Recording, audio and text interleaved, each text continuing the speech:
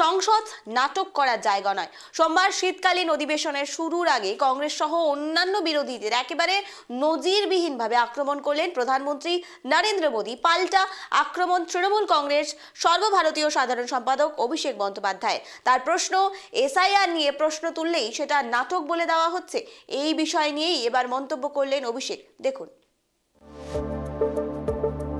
দিল্লি বিস্ফোরণ, এসআইআর এবং বিএলওদের আত্মহত্যা সংক্রান্ত একাধিক ইস্যুতে সংসদের শীতকালীন অধিবেশন উত্তপ্ত হতে পারে বলে মনে করছেন বিশ্লেষকরা। পরিস্থিতি উত্তাল হওয়ার আগে প্রধানমন্ত্রী নরেন্দ্র মোদীর স্বয়ং রণংদেহী মূর্তি ধারণ করলেন।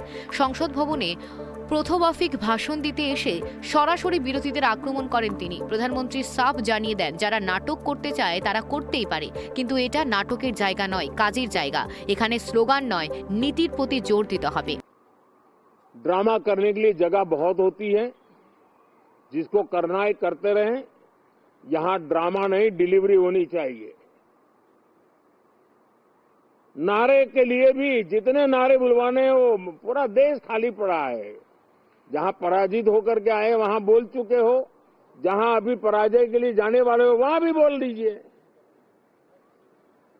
लेकिन यहां तो नारे नहीं, नीति पर बल देना चाहिए और वो आपकी नीयत होनी चाहिए। প্রধানমন্ত্রী আক্রমণাত্মক মন্তব্যের তুমুল সমালোচনা শুরু হয়েছে বিরোধীদের মধ্যে।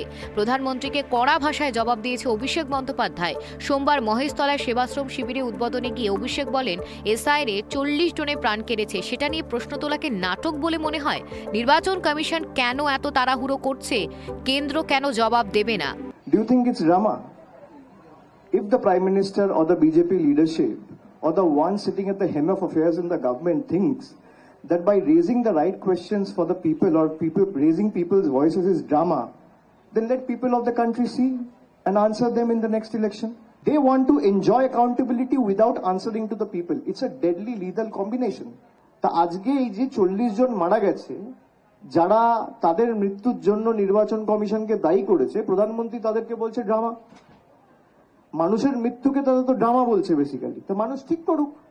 আর আমি তো বলেছি, যারা বলছে যে এসআইআর হলে তৃণমূলকে দেখা যাবে না, তৃণমূলকে পাওয়া যাবে না, আর তৃণমূলের ভোট শতাংশও বাড়বে, আসন সংখ্যাও বাড়বে। আমি 1 মাস আগে চ্যালেঞ্জ করেছি, বিজেপির নেতারা অ্যাকসেপ্ট করছে না কেন? আপনি অ্যাকসেপ্ট করুন। তৃণমূলের যদি আসন সংখ্যা না বাড়ে, আপনারা যা শাস্তি দেবেন অভিষেক বন্দ্যোপাধ্যায় মেনে নেবে। মোদীকে পাল্টা জবাব দেওয়ার পাশাপাশি সরাসরি মুখ্য নির্বাচন কমিশনারের দিকে চ্যালেঞ্জ ছুড়ে দিলেন তৃণমূলের second in command Abhishek Bandyopadhyay. দিলেন আদালতে যাওয়ার হুমকিও।